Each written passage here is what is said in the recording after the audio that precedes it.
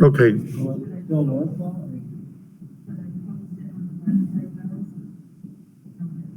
Yes, there's technical difficulties.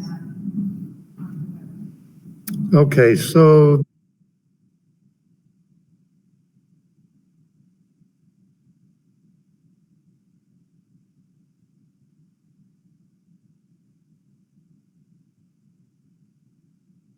Start over.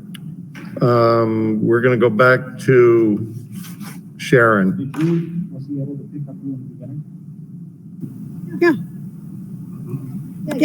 everybody in the thing can hear us. It's YouTube that can't. They can all hear me.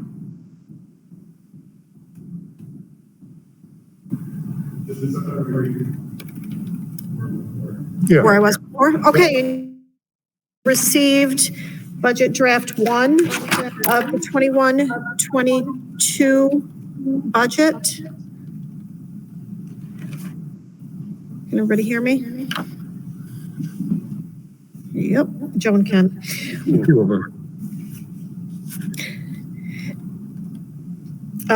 You can see that there are a number of codes that are the same as last year. The salaries are still in the process of being critiqued and looked over.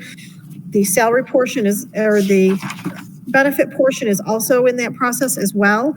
Health insurance, we have tentatively scheduled as an 8% increase. However, I just received information tonight from the consortium that increase is not going to be a reality because of reduced medical costs during the pandemic. So it's going to be far less than what I had initially anticipated.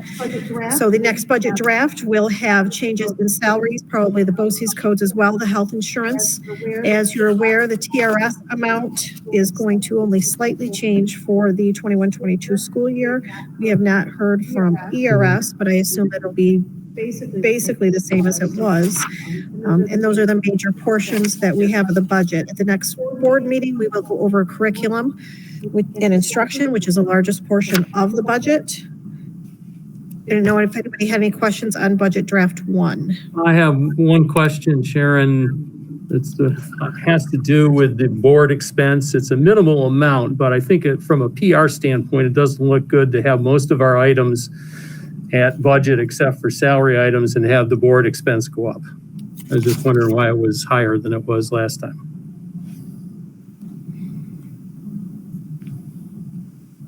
The only portion of the Board of Education expense that went up is the BOCES portion. The regular contractual expense and materials and supplies stayed the same, but the BOCES portion went up. And that is controlled by BOCES. We have no control over that. Okay. We will go over, I think at the next board meeting, I will have ready the BOCES portion of the budget. And you can see, but right now I have tentatively scheduled that it's a 4% increase for all BOCES codes, which it probably will not be. However, I traditionally start very high and then we back off. So there is a chance that will go down, but I do at least at this point assume the worst case scenario. Hey, Sharon, I have a question as well. Okay. On 1621-45301, electrical repairs, went from 11,000 to 40,000. Yep. Hold on, I have that.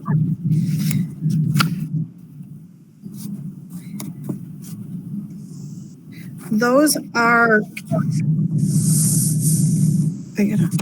those are controls, I believe. Hold on a second.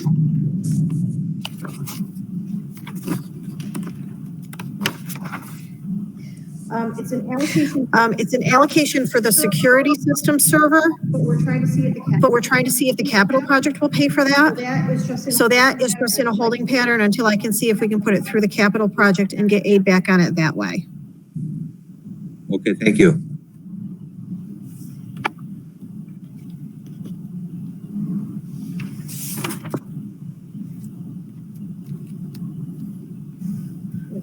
Any other questions on budget draft 1? Okay, the next handout that you received is actually the health insurance census. That just gives the board a feel of exactly, the covered lives, well, the covered plans that actually we have. Within those, anybody that has a family plan obviously has other covered lives within there. The board receives the date of birth and then whether it's a male or female and whether they have a family plan, and then employee contribution to see what the cost is, to see where we receive our budgeted numbers from. You can see that the first, I believe it is 6 pages, are the active employees. And again, this is assuming an 8% increase, which is about $3.6 million. And then the remainder are all the retirees. We are slowly, which is I think at $3 million. So we are slowly approaching the point where the retirees are going to cost more than the active employees. This is one of the reasons when we talk about a retirement incentive that it doesn't always pan out, because when someone retires, we have to obviously replace them. That retiree stays in our health insurance for a long time, fortunately for the retirees. But it is financially a big expense. Does anybody have any questions about the health insurance? Just a question, Sharon, for down the road. As you talk about the cost of the retirees, it seems like at some point they should either talk to the consortium or look at a plan where you're not paying such an exorbitant amount for people whose most of their expenses are paid by Medicare. I mean, you've got of all those retirees, there's close to 90% of them are 65 and over. They are, indeed. And we talk about that in the consortium, but since it is a consortium where the premiums actually pay the claims, and there's only a small portion that is administration, if we lop off the Medicare eligible employees, then the rates will rise for everyone below that. So it's a pool of money, and that is how, and it was prior to us being in the district, that is how they divvied up the expenses, is just everybody is the same amount. So we do talk about that frequently, of doing a Medicare carve out or something of that nature. But the problem is the claims are all going back out. And you will know also that those employees who are eligible for Medicare, the district reimburses the cost of Medicare, which not every district does. We do reimburse the cost of Medicare per month for having Medicare to offset the cost. But it's a very pricey portion of the budget.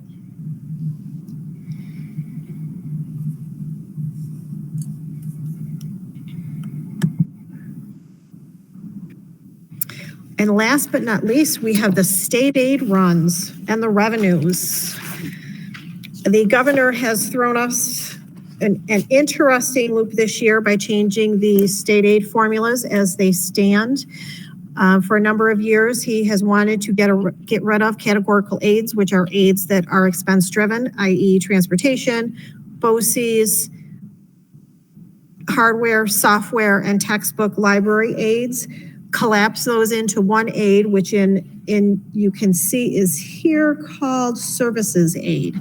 Traditionally, when that happens, the district loses money. So he has collapsed that, at least in his budget runs for now. He has threatened to do that previously. Traditionally, it does not shake out. I don't know. We have not had a question meeting, so I don't know the probability of this actually happening. As you can see, we actually did get about the same as last year. I have a couple of concerns with that, obviously because of the loss of transportation aid for last year, because there were less expenses, because it is an expense-driven aid. We do have a capital project going on, so the building aid and the debt service go up and down, so I have to ensure that those numbers are correct. The big one that is a concern right now for most, if not all of the district, is why the STAR payment is even on the state aid runs, which is new. The STAR payment, as everyone knows, is the payment that the state gives us in September to offset the STAR savings on property tax. Why it is in our state aid runs, because it's not really a portion of state aid, no one understands. So they don't know if at some point they want to take that out of our state aid. So that is a big concern for the districts right now. We do have a Questar meeting February, it's either 8th or 9th. So we will have a little bit more information on that. So that's a little different than last year. You also see the revenues. I have left the state aid the same as current fiscal year until I can get a better handle on what these estimated state aid figures are. Traditionally, the governor's proposal is the lowball proposal, with the exception of last year where it was the lowball proposal and then what we actually got. We traditionally get another one at the end of March from the state legislature. For the most part, the rest of the revenues have not changed. We have seen a decrease in interest earnings for the money that we have invested in NICLAS, but the rest of the revenues at this point we anticipate will be the same as they were current fiscal year. Sharon, on the real property tax numbers, is that just your guesstimate of what it's going to be, or is there going to be a loss because of the businesses like that went out because of the fire? I'm sure they're not going to be paying the same rate they were paying before. This does not take any assessments into account. This is just the total pot of money. Okay. Right now, they are saying tax cap is 1.23. But again, since we have a capital project going on, that number can fluctuate. Okay. But right now it's 1.23. Assessments do not count for us. This is just the levy. Okay.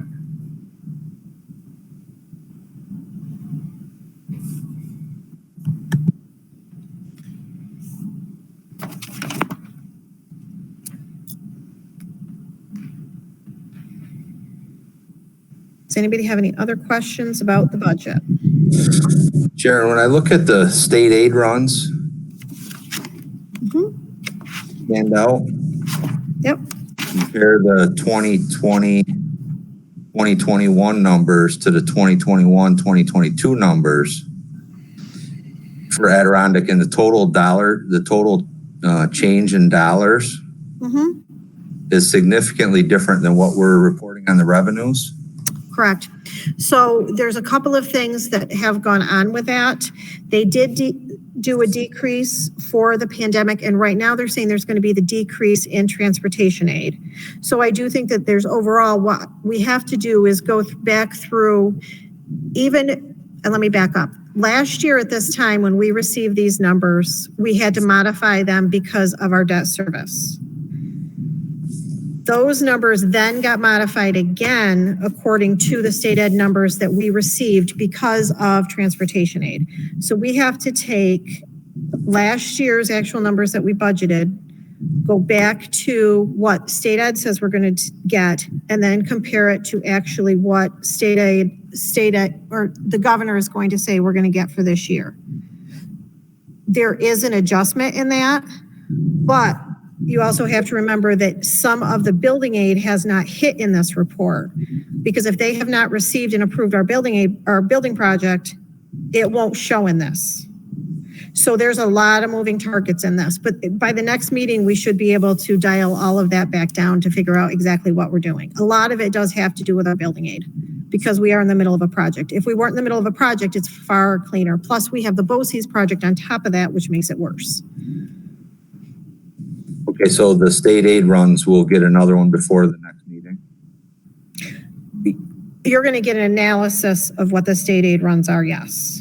Gotcha. That will have what we had last year after we did the adjustments, then what the state says we're going to receive, then what the governor says we're going to receive just for this fiscal year, let alone next fiscal year. Okay. There's a lot of moving pieces in this year. Is transportation aid is that in services aid? Yep. Okay. That's a problem. That's a problem. That's a problem for the rural districts. That's a big problem. Yeah. BOCES aid is a big problem. It's also under services aid. I mean, he has threatened this for a number of years. So I don't know if in the end that will shake or not, but that's a problem. If our transportation aid is part of general services aid, it's going to hurt us. Okay. Thank you.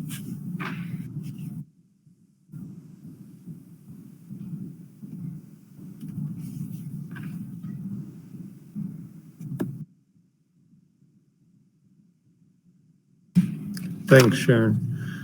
Okay, we didn't receive any comments or questions from the public. So we'll move on to the consent agenda. Number 1, approve minutes of the January 12th regular meeting and January 21st special meeting.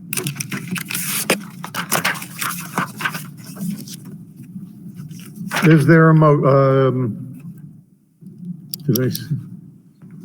is there a motion? So moved. Rick? Gallo. Is there a second? Mark? Any questions on the past agendas, minutes, excuse me? Seeing none, all in favor? Opposed? Carried. Regular agenda, we have a letter of resignation from Ms. Morgan Weiler, teacher aide, effective January 27th, 2021. And there's a letter in your packet. Is there a motion? Bruce, is there a second? Joan, any discussion? All in favor? Opposed? Carried.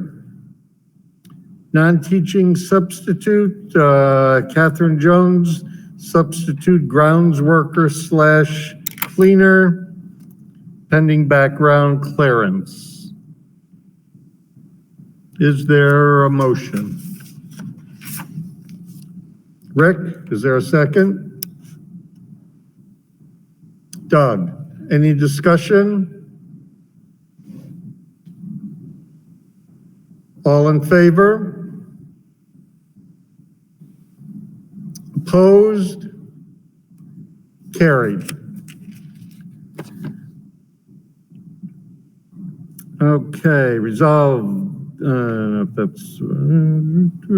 that upon the recommendation, Superintendent, the Board of Education appoint Mr. David.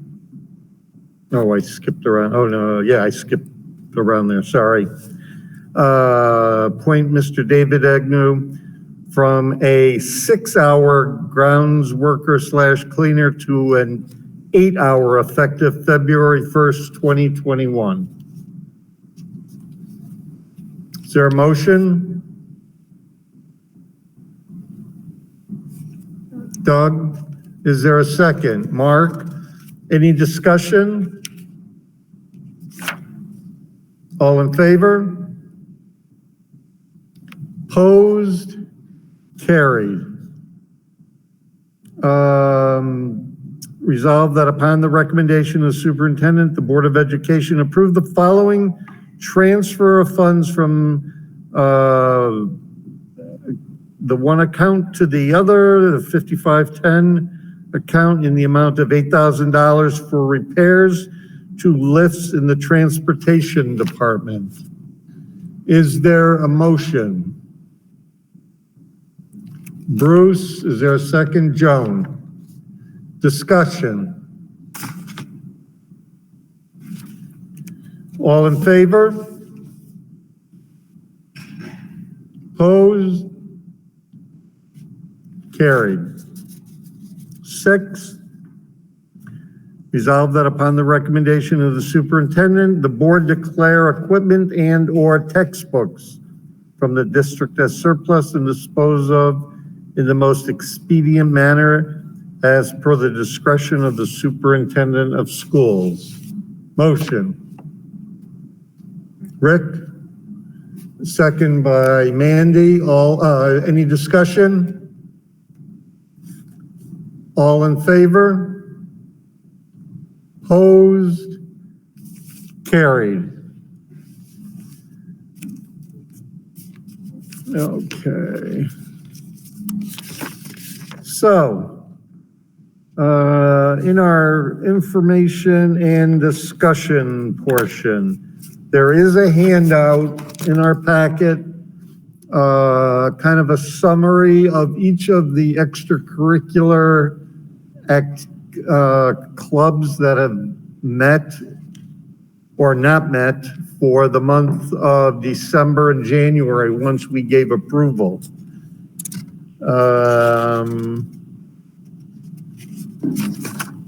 Any questions on that? And there's no action. We wanted to keep track of how these were progressing. It looks like most of them are attempting virtual activities. Is this summary going to continue, I'm assuming? If there's no questions, there is the claims auditor's report.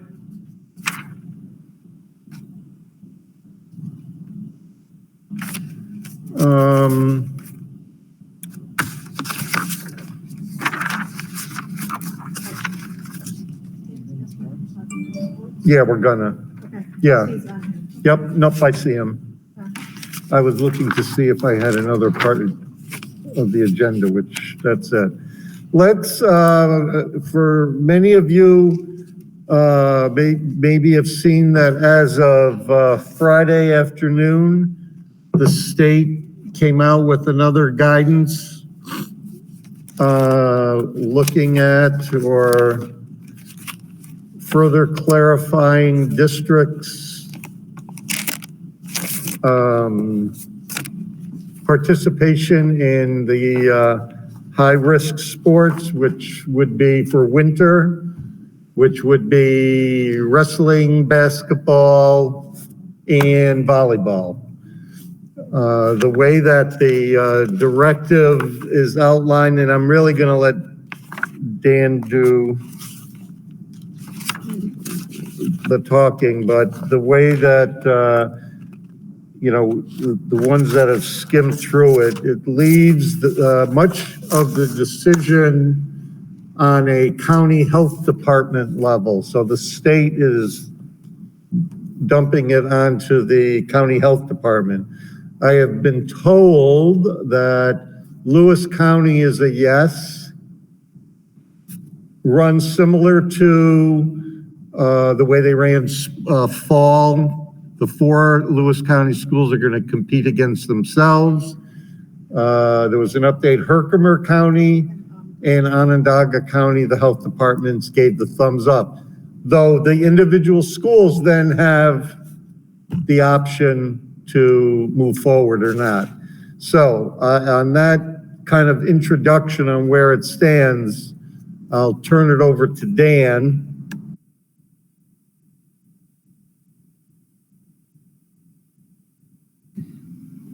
Hi, good evening. Yeah, just to clarify, so on Friday, late Friday afternoon, the state issued an interim guidance, really just for the high-risk sports. And then Monday, we got the full return to interscholastic athletics for high-risk sports that came down, the 78-page document that really outlines everything. I just want to clear up any misconceptions, because there's a lot of people that think that there's a green light for high-risk sports, and the only thing that the state and the New York State Department of Health has cleared is that they can do individual training and organized and low to no contact training of sorts. So basically like skills and drills with social distancing. That's the only thing that's been approved through the state right now. And like Mr. Kramer was saying, everything's been thrown down at the county level, and from the county level, then it's going, you know, obviously the individual school districts and the boards are going to be making the decision about what to do, because these are all not only high-risk sports, but these are all indoor high-risk sports. So this is a very calculated decision. Obviously, any districts that take on indoor high-risk sports is going to be taking on some calculated risk involved. There's no doubt in that. So the decision is going to be weighed very heavily, obviously, by the school boards. The decision is going to be weighed very heavily by the county health departments. I have not heard any word from Oneida County. I've had a couple phone calls out there today, but nothing Monday, Tuesday. I would hope, with the season looking to start Monday, I would hope by tomorrow at the latest we would hear something. I hope. We've had some meetings the last couple of days. There's a lot of unanswered questions, but if we feel this is in the best interest, we're looking to get going. I've got a tentative meeting with the coaches just to get some things off the ground. Should we think this is the best decision? I'm just looking for maybe some direction or clarity, what you're thinking, and you might not even have all your thoughts together just tonight, but if you do and you want to give me any guidance, great. If not, maybe later this week or something, because unfortunately we're in this situation because this is what was handed to us. We've got to make a turnaround somewhat in less than a week. It seems every school district's in this situation, so we've got to do some quick thinking. I from talking with a lot of the other school districts, with the athletic directors, I don't know if there's any school district that flat out is saying, yes, we're wholeheartedly doing this and that's what we're doing. It's more or less that we're going back, we're talking to the superintendent, we're talking to our board, and we're going to think about this. I think there's definitely going to be some districts that will do it, but there's probably definitely going to be some districts that won't. It's going to be a very individualized decision. There might be some districts that are going to approve it across the board. There might be some districts that might pick it apart and say, these two sports might be good and these two might not be good for winter sport. I don't know. So that's what we have going on for high risk winter. I just wanted to make a pitch because in one of my meetings last week I had with athletic directors talking about fall 2 sports. AstroTurf is going to be very popular in fall 2 with the weather and the climate as it is. And we wanted to know, we've been asked very directly by the Center State Conference League if Adirondack would be willing to let other schools utilize our turf field. Obviously, if we're participating in fall 2 or whatever, we would get whatever schedule we make would get first dibs. But a lot of the schools are looking to utilize turf field just because of the weather conditions, because it's going to be extremely difficult in March and April to play soccer, football, or whatever you have it on grass during those months. So wanted to know your thoughts and opinions about letting other schools. It would probably be very similar, come in and come out on the field, probably not utilize the building at all, just kind of in and out on the field, I would imagine, for the most part, something like that. And then lastly, I know we are kind of talking about the high-risk winter sports, but I did want to pick your brain about fall 2 sports because it's actually not that far away. We're about a month away. And I do know a lot of the teams that did not play for the fall season are pretty much signed up for fall 2. And those, sports, football, soccer, swimming, and cross country. So just looking to see what you're thinking about for fall 2. And because I know the high risk winter is just a few days away, but that fall 2 really is just another month away, which is actually around the corner. So if anybody, one other thing I wanted to make mention, the section just yesterday for winter sports in general, high risk, low and moderate, did extend the winter season. The winter season is not going to end at the end of February. It's going to go to March 13th this year. That's another change they just made yesterday as well. It's the bulk of what I had. If anybody has any questions, I'll do my best to answer them or try and get you an answer if you have any. Get some of your questions with my opinion on some of the topics. Yeah. The first one being the winter sports season.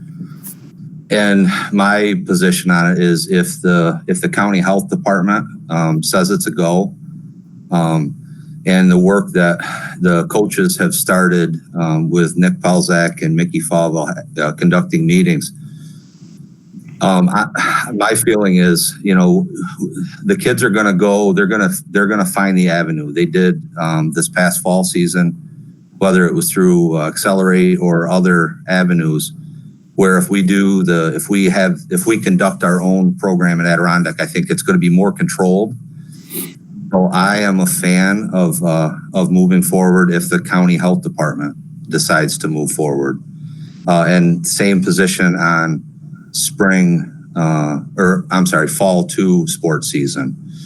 As far as your question about letting other schools use our facilities, it's more of a comment of, in that March 1st to April 1st period, I suspect there's still going to be quite a bit of snow on our fields. And I would be very concerned about putting snow removal equipment on that new turf to get it ready for preparation. So that's my comment there is I would say I would not be a fan of loaning our field off to other districts, especially with the unlikeliness that they'll be able to be played on March 1st. Bruce, just to clarify, let me jump in. I have been talking to Cameron about that, about whether or not we could remove the snow from the turf. I know that SUNY IT, because the concern is obviously you don't want to damage the turf and you don't want to damage the warranty on it, because any damage you do plowing the turf will void the warranty for that damage that you do. So we have talked about that just to talk about every possibility. He was talking to the contractors associated with A-Turf, as well as I do know that SUNY IT does plow their turf, and I understand they have less snow than we do, obviously.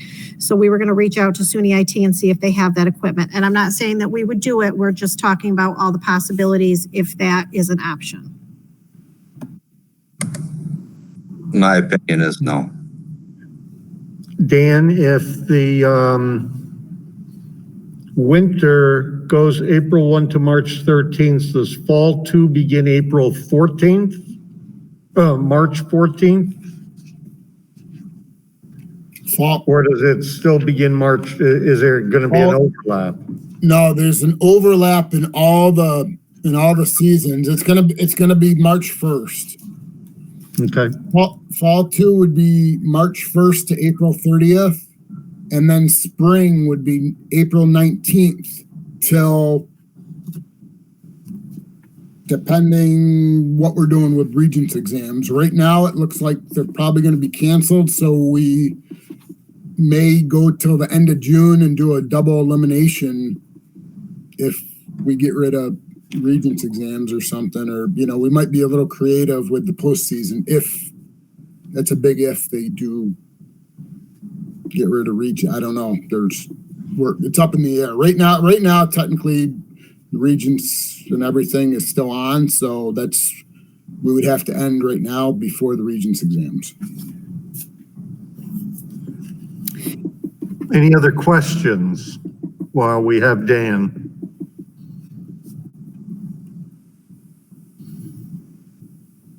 It doesn't make sense at this point in time to appoint coaches or anything, I don't think, until we inch through this week. It may mean a 7:30 Friday a Zoom meeting like this to move forward, because hopefully we will hear other issues with the health department. Any other comments? Any feelings? So we just food for thought. Are we looking at JV varsity only and no modified, or all levels, or any thoughts? That was one of the recommendations that came out of some of those winter meetings with Mr. Palzak and Mr. Fallville, and there's a lot more discussion among the school districts that a lot of the modified levels, we either do intramurals, or if we did do some sort of activity outside of intramurals, it might be just more of like scrimmage type play with modified, something to consider. The other issue, which it may or may not be a factor, is maybe we can get a better handle on what the potential transportation issues may be. That's going to come into play with what the decision is with spectators. Going back and forth if whether there's going to be spectators or not at the event. So there's no final determination just yet. So as you get updates, can you update the board over the next few days? So if we do indeed need to make a decision Friday morning for a Monday start, we can have as much factual information that's out there. What's the best way you want me to get you the information? Email seems to be working. Okay, no problem. That sound good to everybody? Okay. If there's no other questions for Dan,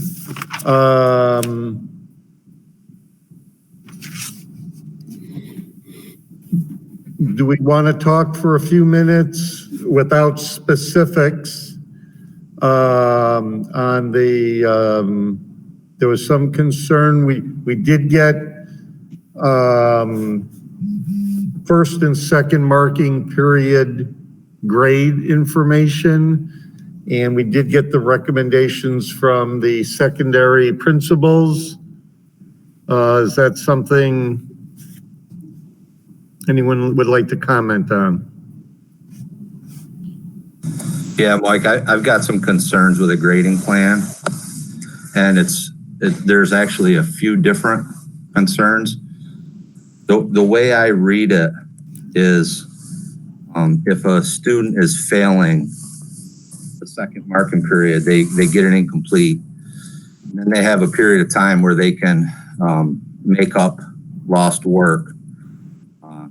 The deadline from that is about a month and a half or 6 weeks down the road to satisfy those incompletes. One way the person, if the work is not done, they can still satisfy getting a passing grade by attending 3 sessions of 3 to 5. So basically giving us 6 hours, regardless of the quality of work. You give us 6 hours and you'll pass, regardless of the work that you've done for the previous 12 weeks.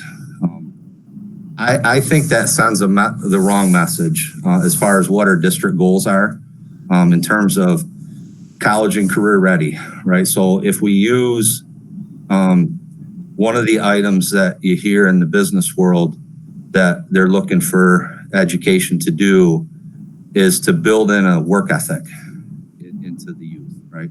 Get the kids up, get them to work on time, get them to work every day. Those are the things that they're looking at from school districts. Give them the basic foundation, reading, writing, and arithmetic. We'll teach them the skills and on the job training, but give them that foundation of get up and come to work every day. I think that's a huge step backwards. Is, you know, to say give us 6 hours and we'll give you a passing grade. So there's that part of it. The other part of it is educationally, right? So there's an expectation that in 7th grade, you're going to learn things that you're going to need to apply in 8th grade. And then in 8th grade, you're going to learn things that you're going to need to apply in 9th grade, right? If you didn't learn those things in 7th grade, I don't think you're going to be successful in 8th grade, right? So I think, and I hate to use a pun, but just kicking that can down the road just to get that student a passing grade because they didn't apply themselves or whatever reason they didn't commit to getting that grade, I think is a big mistake. So I think, you know, and I brought this up at the beginning of the year. I asked the question when we were reviewing our policies about retention, our retention policies and how often we retain kids. And I think this is a year that I think, from my perspective, both educationally and sending a message of expectation to the youth of today that you've got to get up and you got to go to work every day. I think we should see a number of students be retained this year, not just pass them along and set them up for failure in subsequent years. I guess, not to get too long-winded, but when I had gotten a couple phone calls on the grading plan. I hadn't seen it until Ed, you sent it out, and I appreciate you sending that out. The phone calls that I got, I think were substantiated. And I feel that it's not a step in the right direction for Adirondack and our students.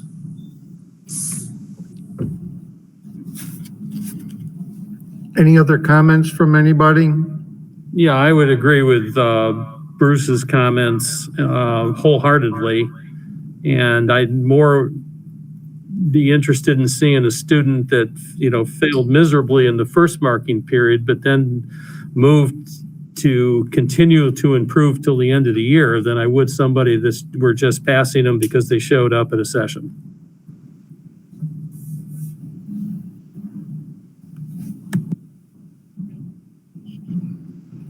I'm going to just jump in and just add a couple of comments. I'm kind of the only, the principals aren't on tonight, but I did sit in on the different grading discussions.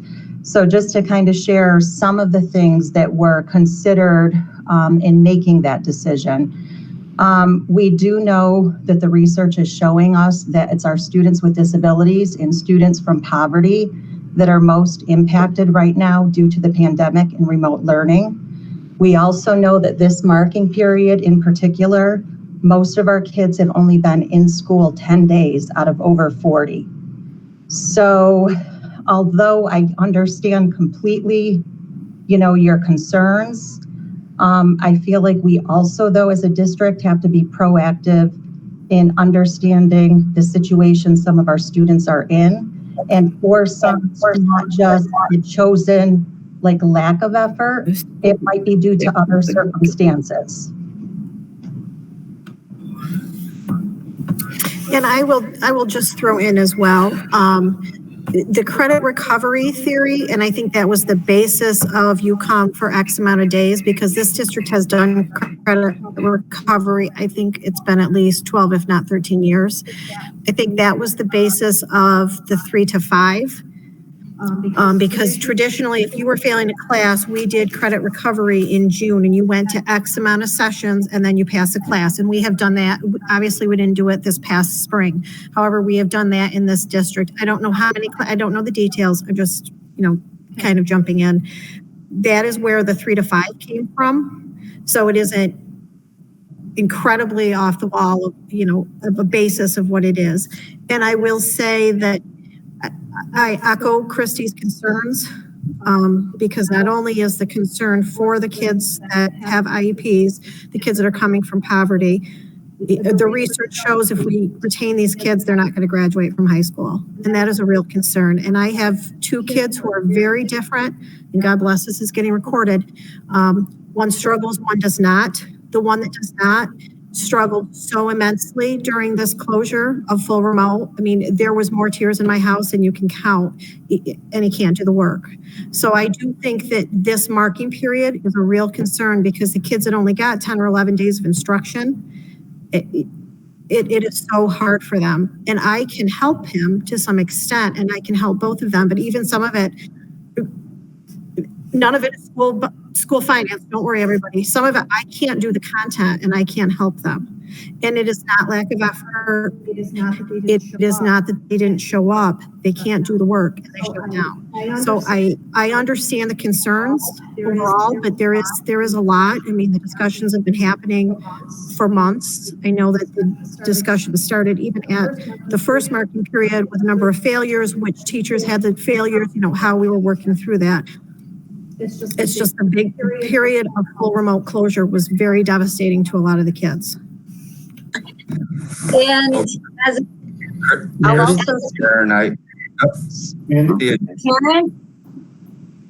I don't know who wanted to talk. go ahead, Mandy. Yeah. I'm in a unique situation too because I'm looking at it as a teacher and a parent. As a parent, where I was actually working from home a couple times with children, with three very different children, if a parent is trying to work and manage education at the same time, it is impossible. You can do the best you can, but I can only push my own kids so hard. And I mean, I have a child who needs to have contact with the teacher every day or he does nothing. I really feel we need to rework our whole program as well, our model and how we're working it. I wish we had the opportunity to look at, on the days when kids are home from school, like my BDF kids on ACE, if there was a way they could have live Google Meets with their teachers to have that contact to keep them going. I really feel we need to relook at that because it's not working and we know it's not working and the numbers show it. And I understand we can't keep back a huge population of students either, because again, the research does not support it, keeping students back.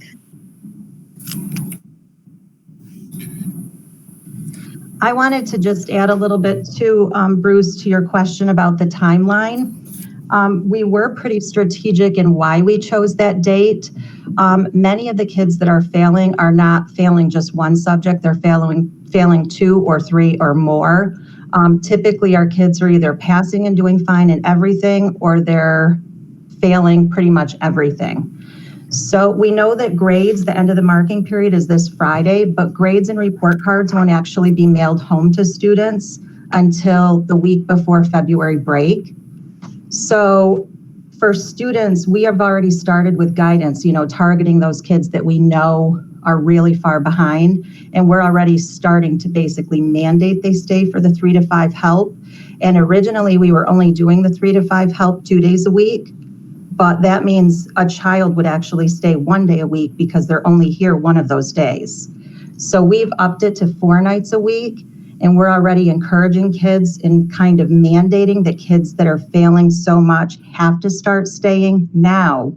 But we actually won't have progress or report cards mailed in parents' hands until that week right before February break.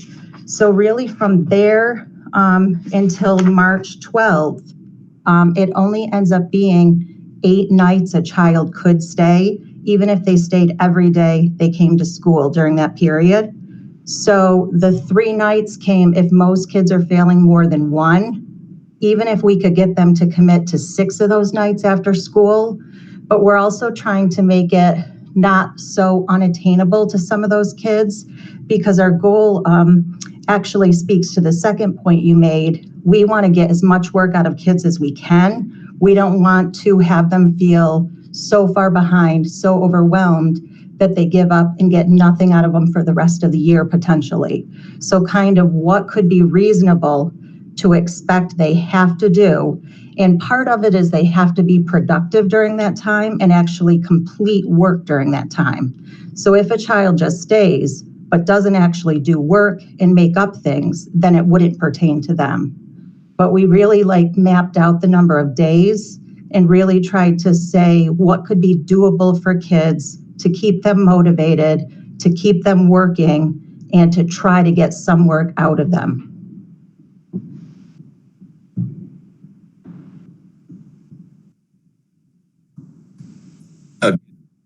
The feedback that I've given is from a number of teachers is that, and I hear what you're saying, that this is a socioeconomic or special.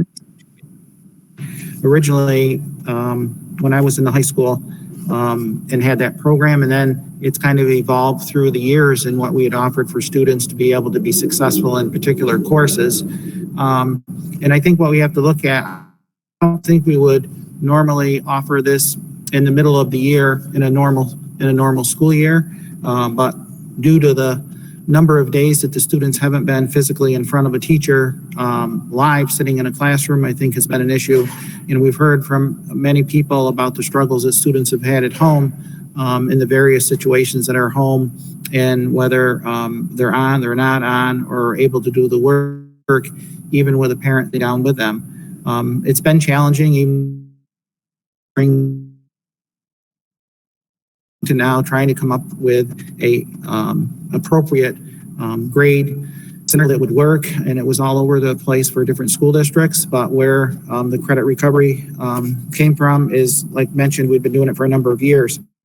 And in regards to students, staying for 3 times, it would have to be particular class for ELA, for example, and it'd have to be the quality of work that they couldn't just turn in anything just because they stayed 3 nights. I would not be in favor of that at all, just because they showed up. It would have to be some sort of quality work. In regards to the incomplete, sometimes people allow us to go longer in a typical school year than the marking period. I know for some examples for that. So I think giving the students the opportunity, hopefully we're back in school and hopefully they're taking advantage of the 3 to 5, which we're offering 4 days a week for getting that extra support, would get our students back on track. But I agree, I wouldn't just offer this, let's say in a normal school year where we've been going every day, but there's just so many factors that come into play that I think we're trying to offer something to the students so they can be successful. And school districts, as I mentioned earlier, coming up with a plan are all over the place with, what are minimum grades that they give on a report card. So there's an opportunity. If you put a 16 on a report card, the kid earned a 16. Well, he's done in January and he's not going to do anything to June. But what can we do to try to get that student back on track to be successful and maybe pass and go on to the next class? And that's what we'd want to do. But I agree, I don't think we should just give out grades just to pass them on. I think there's got to be a system in place for us to try to get them to do the work and be successful and get a passing grade. Just a question on the data that we have with the large number of students failing. Do we have any data that correlates how many of those are in poverty? How many of those are completely remote? How many, right? How many are attending? How many are homeschooled or part of the time and coming here some of the time? Just data that shows where they are. We could easily get that breakdown, yes. We don't have it, I couldn't say it to you right now, but yes, we could definitely get that breakdown of that data. And I do feel like one of the things, obviously grading it's a controversial topic in a normal year under normal circumstances. And philosophically, I think there's a wide variety of how educators feel about grading. But one of the things we're also looking at is we have currently some teachers that have 0 kids failing anything. And we currently have some teachers that have 60, 70+% of their students failing. We also get, I know you hear from teachers, obviously, that would have concern. We've also had some teachers step up and voice that they're appreciative of these parameters because they do feel there needs to be a little bit more clarity to what's expected because it is very wide in what's expected. I know Wendy Foy spoke a lot about sitting in on CSE meetings and having students in tears, parents in tears, just vocalizing that they cannot do this type of learning. Learning is hard for them when they're in school every day, all day, but when it's remote like this, without the support, without the daily interaction. So I think it's the combination of hearing different parent concerns or perspectives, student perspectives. We have all different teacher perspectives, but trying to bring some level of consistency, though, to what we could expect this marking period in particular. And I think, to me, one thing that I keep coming back to, out of over 40 days, this marking period from early November to the end of January, kids have only in those basically 3 months been in school 10 days. For those kids that need that daily interaction, I just really think I'm giving praises because many schools we talk to, they've said we haven't thought about it yet. We're waiting to see as the year goes. But I think if we can be proactive, even if we need to tweak the plan, but I think having the conversation and addressing the issue in the best way we feel we can now, rather than just waiting as the year unfolds, is really important and really positive for our district. Christy, on the data, our attendance that we're keeping track of, how consistent are we with that from teacher to teacher, and how legitimate is the attendance when a student is actually logging into Google Classroom? So we're required to report to the state daily attendance for every child. And in addition to just daily attendance, we're required to report if they were in person or if they were at home. So obviously, if they're in person, it's easy. It's black and white, cut and dry. But you're given a great deal of flexibility in how you mark your attendance for the kids that are at home. So at the elementary, obviously the classroom teachers mark that.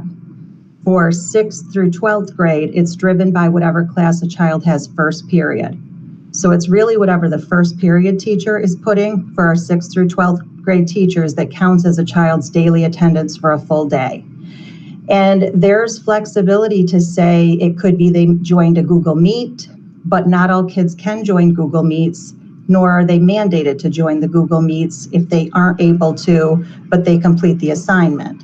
So for some, it's if they've completed the assignment for the day, if they've joined the Google Meet for the day, if they've engaged in some way with a teacher for the day.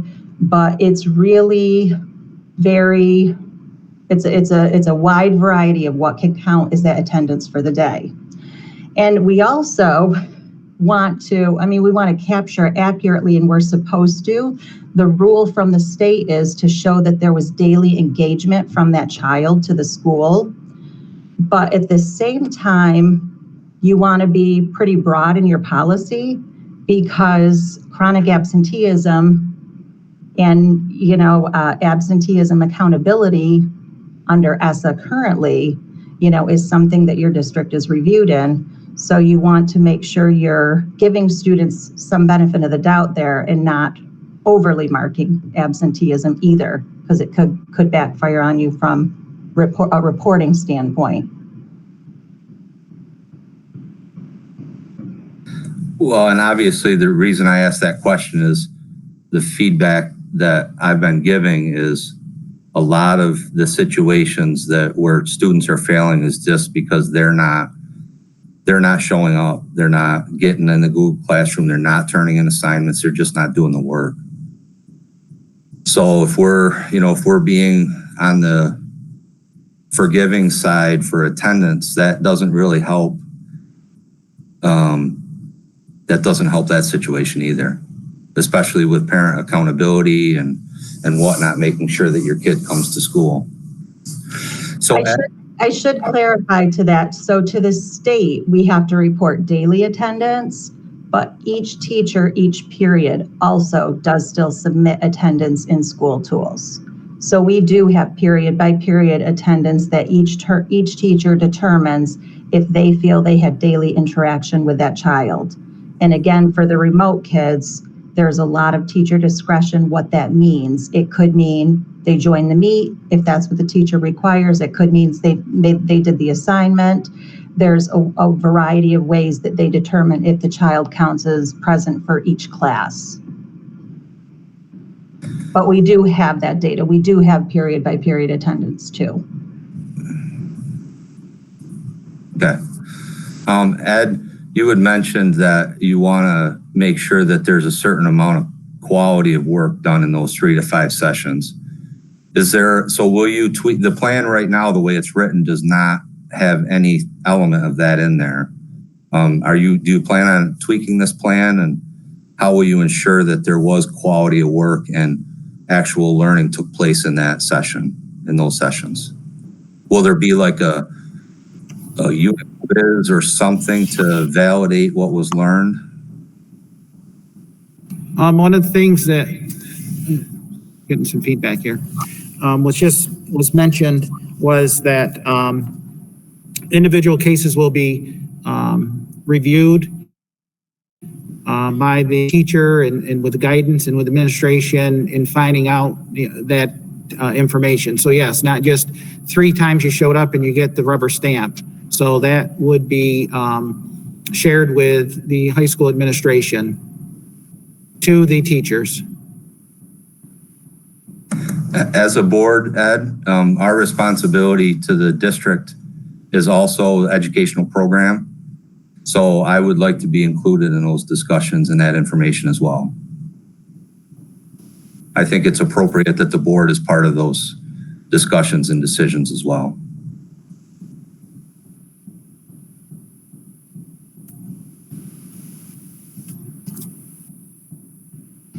The other caveat I would add to it is obviously this is unprecedented times, and we're navigating this too with so many unknowns.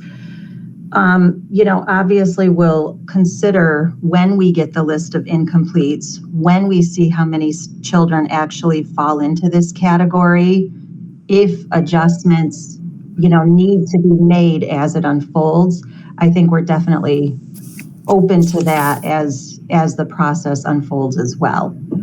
But going into it, with the end of the marking period, teachers are entering grades starting last week. We wanted to have some idea and plan going into it, but definitely adjust as appropriate and necessary based on how we actually see how it's working or what's not working, as it progresses.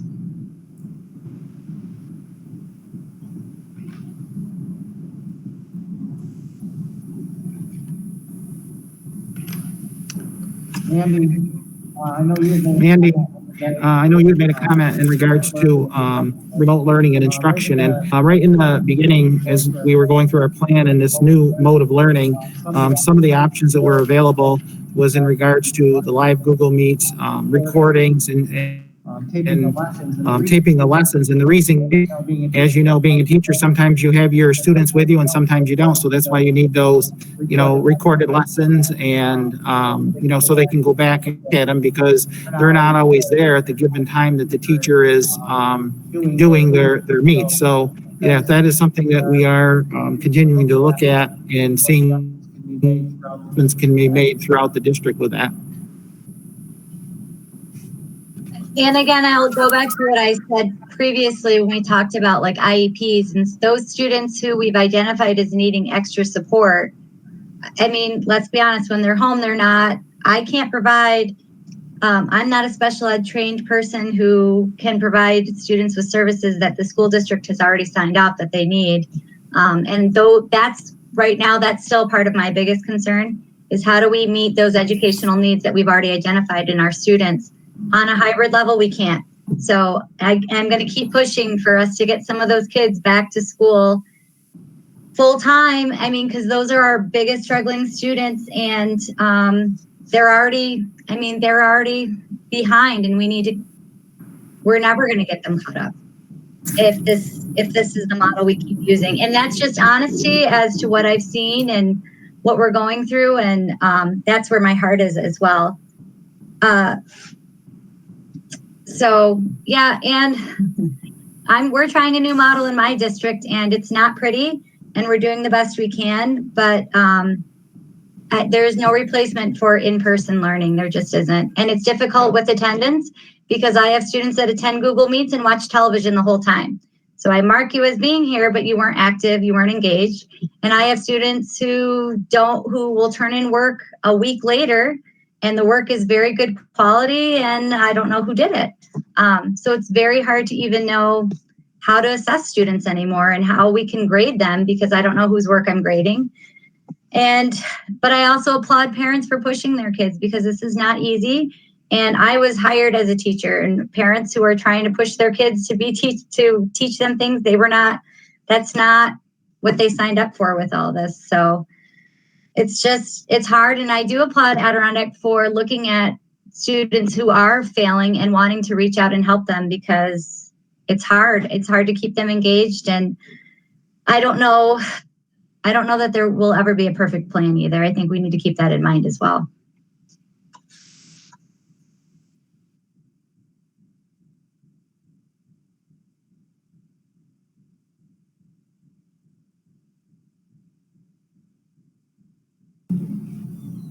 Any other comments? We have nothing for executive session.